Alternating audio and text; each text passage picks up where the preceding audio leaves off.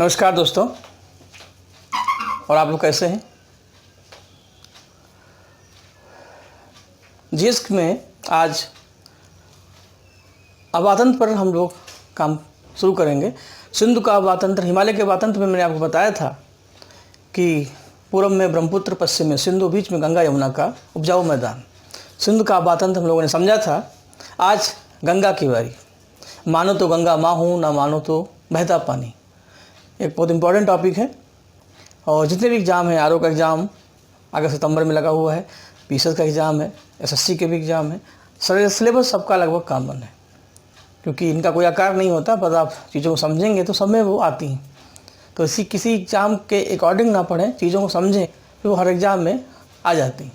इसी उम्मीद के साथ गंगा के अवातंत्र को हमने दो हिस्सों में डिवाइड कर दिया है। आज के क्लास में गंगा कैसे आई, कैसे उनका जन्म हुआ, कैसे विकास हुआ, मैदानों में कैसे आई, फिर उनके बहाव में कौन कौन सी नदियाँ उसमें मिलती गईं, जुड़ती गईं और मिटती गईं। तो अगले वीडियो में गंगा का ड्रेनेज सिस्टम पढ़ाएंगे, लेकिन आज केवल गंगा और उसकी जीवन यात्रा की शुरुआती दौर की कुछ बातें। ज्योग्राफी विषय में सबसे अच्छी बात है कि एक पिक्चराइज सब्जेक्ट है। बाय इमेज इसको समझना और पढ़ना और पढ़ाना दोनों आसान है। आपने जितने भी वीडियो आप लोगों मैंने शेयर किए क्लास में, जब लोग भी हम लोग पढ़ते हैं तो देखा हुआ आपने, बाय फिगर ही हम लोग समझते हैं, क्योंकि कॉन्सेप्ट पिक्चराइज अगर है तो आसान, तो हम भी उसी का सहारा लेते हैं। सबसे पहले आते हैं गंगा का उद्गम कैसे हुआ। ओरिजिन माना जाता है कि हिमालय की नदियाँ हैं वो ग्लेशियर बेस्ड नदियाँ हैं। अलग अलग ग्लेशियर से वो निकलती हैं, हिमनस से, जैसे कैलाश मानसरोवर के ग्लेशियर से आपकी ब्रह्मपुत्र, सतलज जैसी नदियों का जन्म हुआ। तो उत्तराखंड के जो ग्लेशियर हैं, कुमायूं हिमालय के जो ग्लेशियर हैं, सतोपद ग्लेशियर से अलकनंदा नदी का जन्म हुआ, और गंगोत्री में गोमुख से भागीरथी का जन्म हुआ जो आगे गंगा बन जाती है। ऐसे यमुनोत्री ग्लेशियर से बंदरपुर से यमुना नदी का जन्म हुआ। तो इस आधार पर गंगा की जीवन यात्रा में सबसे पहला पॉइंट ये बनता है कि जो पंच नद तंत्र हैं, ग्रुप ऑफ 5 रिवर, उनका सबसे ज़्यादा इम्पोर्टेंस है। और 5 प्रयाग इसमें सबसे महत्वपूर्ण। जैसे सिंधु नदी में पंच नद तंत्र थे, झेलम, चिनाव, रावी, ब्यास, सतलज, वैसे ही गंगा के उद्गम में हमें पंच प्रयाग यानी 5 प्रयाग को समझना है। प्रयाग वो स्थान होता है जहाँ पर 2 या 3 नदियाँ आपस में मिलती हैं। जैसे इलाहाबाद को हम प्रयागराज बोलते हैं। तो हमारे कल्चर में, हमारे उत्तराखंड में 5 प्रयाग हैं, और ये पाँचों प्रयाग गंगा से जुड़े हुए हैं। क्योंकि हम लोगों को एग्जाम के अकॉर्डिंग ही समझना है, पढ़ना है, तो ये ध्यान रखना है कि प्रयाग से क्वेश्चन आते कैसे हैं। उसी तरीके से हम पढ़ाते रहेंगे, मैटर भी आपको मिल जाएगा और कॉन्सेप्ट भी आपका क्लियर हो जाएगा। सबसे पहला क्वेश्चन बनता है प्रयाग कि नॉर्थ से साउथ चलने पर इनका सही क्रम क्या होगा। ऐसे क्वेश्चन सीरियस लेवल में खूब आते हैं। तो 5 प्रयाग में सबसे पहला प्रयाग है विष्णु प्रयाग, फिर नंद प्रयाग, फिर कर्ण प्रयाग, रुद्र प्रयाग, और सबसे नीचे है देव प्रयाग, जो देवों का देव महादेव के नाम से। हर प्रयाग में कुछ नदियाँ मिलती हैं। क्वेश्चन बनता है कि अलकनंदा और मंदाकिनी का जन्म का संगम किस प्रयाग पर है।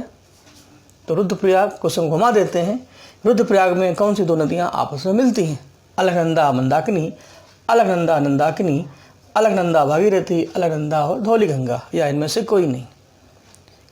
कभी कभी क्वेश्चन मैचिंग से आते हैं, तो मैटर लगभग यही रहेगा। तो इसमें आपको देखना ये है कि 5 प्रयाग में अलकनंदा नदी मेन है और सब में कॉमन है। सतोपद ग्लेशियर से अलकनंदा नदी का जन्म होता है और यहीं से ये आगे बढ़ती है, और इसी नदी में अलग अलग स्थानों पर अलग अलग नदियाँ आके मिलती हैं। और इससे दूसरा क्वेश्चन ये भी बनेगा कि कौन सी अलकनंदा की सहायक नदी है या नहीं। गंगा की कई सारी नदियाँ हैं, ब्रह्मपुत्र की आगे पढ़ाएंगे, सिंधु की मैंने बताई हैं, दक्षिण भारत अभी पूरा बाकी है। तो हम ये भी क्वेश्चन निकाल सकते हैं कि धौलीगंगा, नंदाकिनी, पिंडार, मंदाकिनी और भागीरथी ये अलकनंदा की ट्रिब्यूटरी हैं, गंगा की नहीं, अलकनंदा की। और एक पंथ 2 कार्य हो जाएंगे प्रयाग, और इनका क्रम अगर एक तरफ से जोड़ेंगे तो विष्णु, नंद, कर्ण, रुद्र और देव, ये 5 प्रयाग आपस में बनते हैं। इन पांचों को क्रम से अगर हम देखेंगे, कभी कभी क्या होता है एग्जाम में इनका क्रम पूछा जाता है, तो कभी देव ऊपर विष्णु नीचे, तो ये गड़बड़ ना हो जाए इसकी एक सीरीज अगर हम बनाए तो उनके नाम के जो पहले डिजिट हैं, जो वर्ण हैं, जैसे विष्णु का बी, नंद का एन, कर्ण का के, रुद्र का आर और देव का डी, ये 5 जो अल्फ़ाबेट हैं इनको देखेंगे तो 2 वर्ड्स क्रिएट होते हैं। BNK से बनता है विनायक, विनायक यानी गणेश जी, और RD से बनता है रुद्र यानी शिव। यानी हर काम सबसे पहले गणेश जी के नाम शुरू होता है और गणेश जी के पिता हैं रुद्र यानी शिव। तो विनायक और रुद्र ये भी तरीका है याद रखने का। तो पहले विष्णु, फिर नंद, फिर कर्ण, ये बनता है BNK विनायक, और RD रुद्र, RD रुद्र। ठीक, ये चीज़ें क्लास में हम लोग पढ़ते हैं। जो बच्चे चीज़ों को समझे पढ़े हैं, ऐसा नहीं कि वो वीडियो देखें तो इनको इग्नोर करें।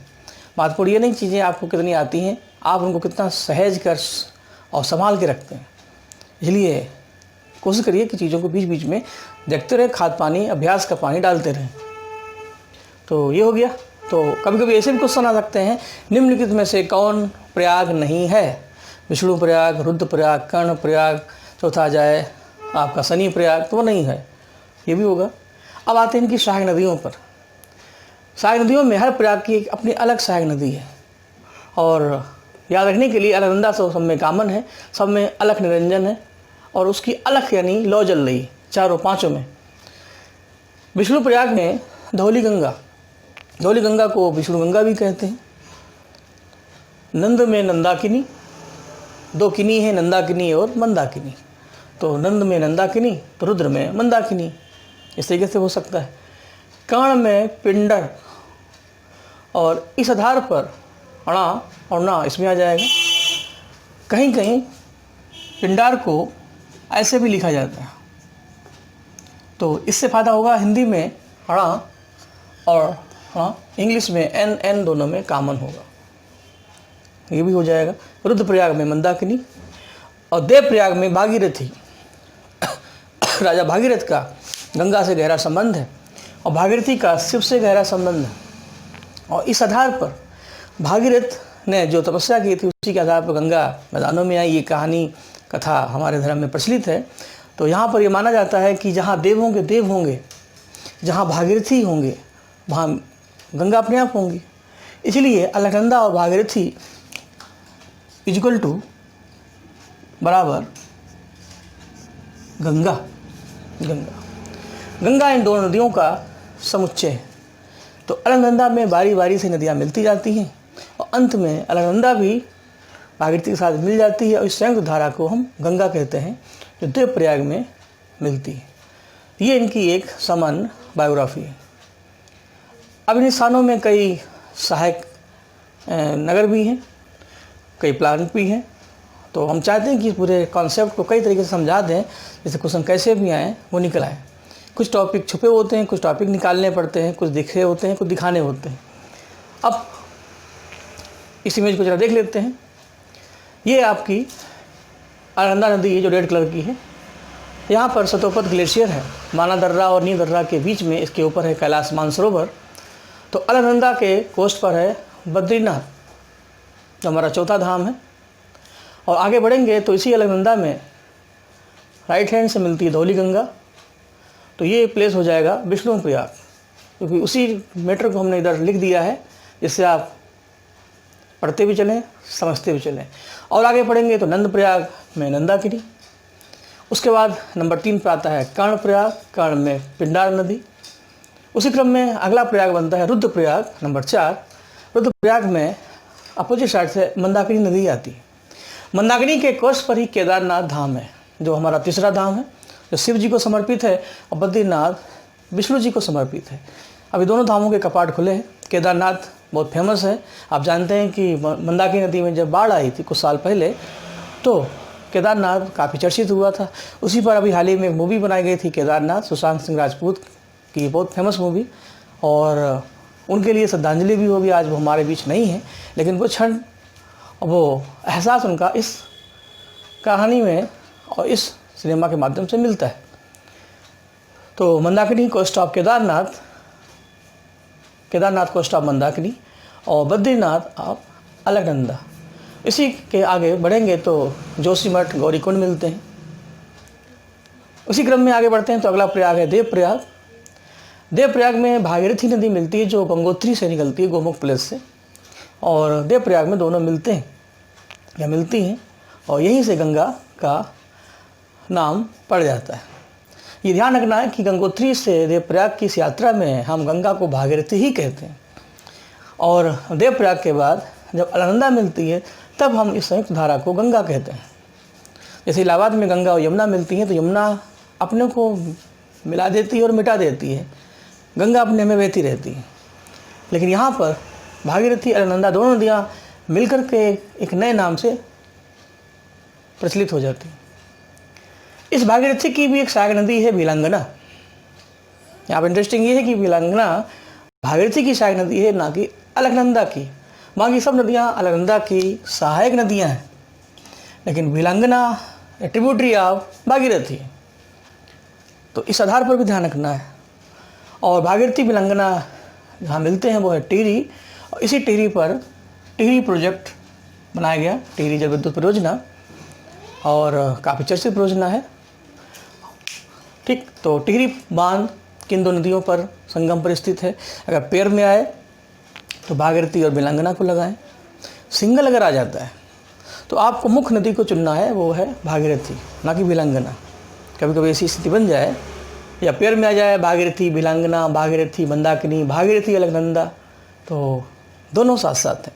सहायक नदी कौन सी, एक क्वेश्चन आ जाए भागीरथी की कौन सहायक नदी है, तो बहुत सरल रीजनिंग लगाएंगे। तो भागीरथी पहली नदी है तो यहाँ है भा, और भिलंगना उसके बाद है, बड़ी की मात्रा भी, भागी, भाभी जी घर पर है, सीरियल भी था, तो भाभी को जोड़ दें तो भिलंगना और भागीरथी तैयार। तो ये भी हो गया। आगे बढ़ेंगे देवप्रयाग से तो इसी गंगा में ऋषिकेश, हरिद्वार जैसे स्थान पड़ते हैं। माना जाता है कि हरिद्वार से गंगा मैदानों में आ जाती है और हमारा अभा तंत्र आगे बढ़ता है। ये हमारा अगला वीडियो होगा जब हम गंगा को मैदानों में ले आएंगे ऊपर से उतार के। अब इसमें थोड़ी सी फिनिशिंग और कर देते हैं। जैसे तो प्रयाग, उनका क्रम, किस प्रयाग में किस नदी का मिलन होता है ये ध्यान रखिएगा, कौन सी किसकी सहायक नदियाँ हैं ये ध्यान रखिएगा। ऐसे बिंदुओं पर आपको अपना होमवर्क करना है। बाकी सब हमने लिख दिया है तो आपको ज़्यादा मेहनत नहीं करनी है, अपना स्क्रीनशॉट ले सकते हैं, इतना मौका हम आपको दे देते हैं। तो बाद में अपना इसमें होमवर्क करते चलें, या वीडियो देखते समय बीच बीच में आप उसको रोक करके चेक कर सकते हैं। नदियाँ, उनके किनारे बसे प्रमुख नगर, 5 तो यही हो गए, प्रयाग और नदियाँ, इसमें दो का पेयर है। और देखिए इसी अलकनंदा पर बद्रीनाथ भी है और आगे जोशीमठ, गौरीकुंड भी पड़ता है। मंदाकिनी की कोस्ट पर केदारनाथ है और भागीरथी भिलंगना की कोस्ट पर टिहरी प्रोजेक्ट है। गंगा के आगे की कोस्ट पर ऋषिकेश और हरिद्वार। एक पॉइंट ये हो गया। इधर आ जाइए, 5 प्रयाग को पढ़ें और 4 धाम ना पढ़ें, ये भी नहीं सही है। तो जैसे हमारे पंच तंत्र हैं, जैसे 5 प्रयाग हैं, ऐसे ही 4 धाम हैं। और 4 धाम में जो क्वेश्चन बन सकते हैं मेरे अनुसार, सीरीज में वेस्ट टू ईस्ट की ओर चल रही है ऐसे। तो सबसे पहले ध्यान रखना है कि क्रम जो पूछा जाएगा, तो सबसे पहले पहला धाम है गंगोत्री, फिर आता है यमुनोत्री, फिर केदारनाथ, फिर बद्रीनाथ, और इसी क्रम से होना चाहिए। ये नहीं कि आप पहले शिव से मिल लें, उनकी माँ गंगा को छोड़ दें, फिर दोस्त बद्री से मिले, यमुना को देखे ही नहीं। तो इनका अपना एक धार्मिक, पौराणिक, सांस्कृतिक महत्व है, और इसलिए माना जाता है कि सबसे पहले यमुनोत्री जाते हैं, गंगोत्री। तो ये क्रम आपके लिए महत्वपूर्ण हो सकता है, ऐसे भी और ऐसे भी। चीज़ें बड़ी छोटी छोटी हैं लेकिन काम की हैं। आगे बढ़ते हैं, कुछ नया डिटेल उसमें जोड़ देते हैं। दिसंबर 2016 में मोदी जी की सरकार ने 4 धाम यात्रा को सुगम, सरल बनाने के लिए एक फेमस प्रोजेक्ट लॉन्च किया था, 4 धाम परियोजना, 4 धाम हाईवे या ऑल वेदर एक्सप्रेस वे। हर मौसम के लिए ये राजमार्ग होगा, तो इसको ऑल वेदर एक्सप्रेस वे भी कहते हैं। इसकी अनाउंसमेंट, इसका शिलान्यास दिसंबर 2016 में किया गया था। इसका मेन मोटो होगा कि यमुनोत्री से लेकर के बद्रीनाथ तक 2 लाइन रोडवे बनाना, जिससे हर मौसम में अपनी यात्रा को चला सकें। अब चूँकि यात्रा पहाड़ों से होकर जाएगी तो जगह जगह माउंटेन पड़ेंगे, टनल भी बनेंगी। तो वहीं पर हिमाचल प्रदेश में एक प्लेस पड़ता है चंबा। चंबा में काफ़ी ट्रांसपोर्ट बिजी रहता है। तो ऐसी स्थिति में नितिन गडकरी जी, जो हमारे राज्य सड़क परिवहन मंत्री हैं, उन्होंने इसी प्रोजेक्ट के अंडर में एक रोड टनल बनाने का ऑफर दिया। ये भी अंडर कंस्ट्रक्शन है। तो उसका नाम पड़ा Chamba road tunnel. Chamba road tunnel का संबंध किस प्रोजेक्ट से है? ऑल वेदर एक्सप्रेस वे या चार धाम परियोजना से। और ये चंबा सड़क परियोजना चंबा शहर के अंडरग्राउंड चलेगी, चंबा शहर के निचले, और 444 किलोमीटर के आसपास की लंबाई है। तो इससे जाम भी नहीं लगेगा, हम आसानी से अपनी मंजिल तक पहुंच जाएंगे। ऋषिकेश और धरासू राजमार्ग पर जो NH है, उसी NH में ये टनल को बनाया गया है। अभी चूँकि ये चीज़ें चल रही हैं, 2022 तक ये प्रोजेक्ट कंप्लीट हो जाएगा और कई चीज़ें इसमें आगे भी मिलती रहेंगी। इस आधार पर ये आपका मेरे अनुसार कंप्लीट है।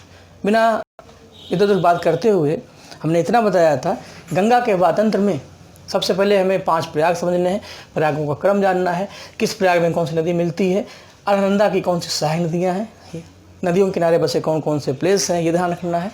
4 धाम की यात्रा किस क्रम से होगी, और इसी आधार पर एक पॉइंट और इसमें मिस हो रहा है, वो भी हम क्लियर कर देते हैं। नेशनल हाईवे कभी मौका मिलेगा हम आपको पढ़ाएंगे, अब शुरू किया है तो फिर हटेंगे नहीं पीछे। तो इवन नंबर और ऑड नंबर हमारे 2 NH हैं जो इस समय न्यू सीरीज में चल रहे हैं। तो NH7 जो हमारा सबसे पुराना सबसे बड़ा NH था, जो 2010 से पहले बनारस से कन्याकुमारी जाता था, ये बनारस है, ये कन्याकुमारी है। इस NH को हम NH7 बोला करते थे कभी बंसवाने टाइम। आज इस 7 को हम NH44 बोलते हैं। और 7 हमारा जो कि ऑड नंबर है, ये हिमालय में उत्तर भारत में सेट हो गया। NH7 पंजाब से चलता है और चंडीगढ़ होते हुए ये देहरादून से बढ़ेगा आगे, और इसकी आखिरी मंजिल है माना पास। तो ये गंगा के इस अवातंत्र का साक्षी है। आप इसको देखेंगे तो NH7 देहरादून से आगे बढ़ेंगे तो हरिद्वार, ऋषिकेश, देवप्रयाग, रुद्रप्रयाग, कर्णप्रयाग, नंदप्रयाग, विष्णुप्रयाग, बद्रीनाथ और माना पास। ऊपर से चलेंगे ऐसे, तो जैसे जैसे गंगा का बहाव बढ़ा के और इस पंचप्रयाग का बहाव बढ़ा, NH7 इनके पैरेलल समानांतर चलता है। तो गंगा के बनने की जीवन यात्रा में NH7 उसका सहगामी है, साक्षी है। तो NH7 के माध्यम से भी इसको हम जोड़ सकते हैं। क्वेश्चन भी बन सकता है तो ऐसे बनेगा कि कौन सा राष्ट्रीय राजमार्ग उत्तराखंड के प्रयागों को जोड़ता है, कौन सा NH माना दर्रा से जुड़ा है, बद्रीनाथ जैसे प्लेस किस NH से जुड़े हैं, केदारनाथ इसमें थोड़ा सा इधर रहेगा क्योंकि मंदाकिनी किनारे हैं, लेकिन NH7 उत्तराखंड का सबसे मेन NH है। इतनी बातों के साथ हम आगे मिलेंगे और अगली मुलाकात में गंगा का वातंत्र पढ़ाएंगे। कौन सी नदी गंगा में राइट हैंड मिलती है, कौन सी लेफ्ट हैंड मिलती है, इसके अलावा कौन सी नदियाँ गंगा में किस क्रम से मिलती हैं। जब इतना पढ़ाएंगे तो उसमें थोड़ा हम और ऐड करेंगे।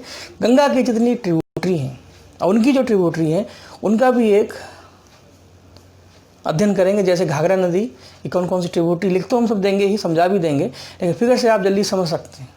चंबल की सहायक नदियाँ कौन कौन सी हैं, यमुना की सहायक नदियाँ कौन कौन सी हैं, फिर इनको आपस में मिला देंगे गंगा के साथ। इससे थोड़ा सा आप आगमन शैली का भी प्रयोग करें और निगुल शैली का भी प्रयोग करें, तोड़ तोड़ के पढ़ें, फिर जोड़ जोड़ के तोड़ें। इस उम्मीद के साथ अगली मुलाकात जल्दी होगी। अपना ध्यान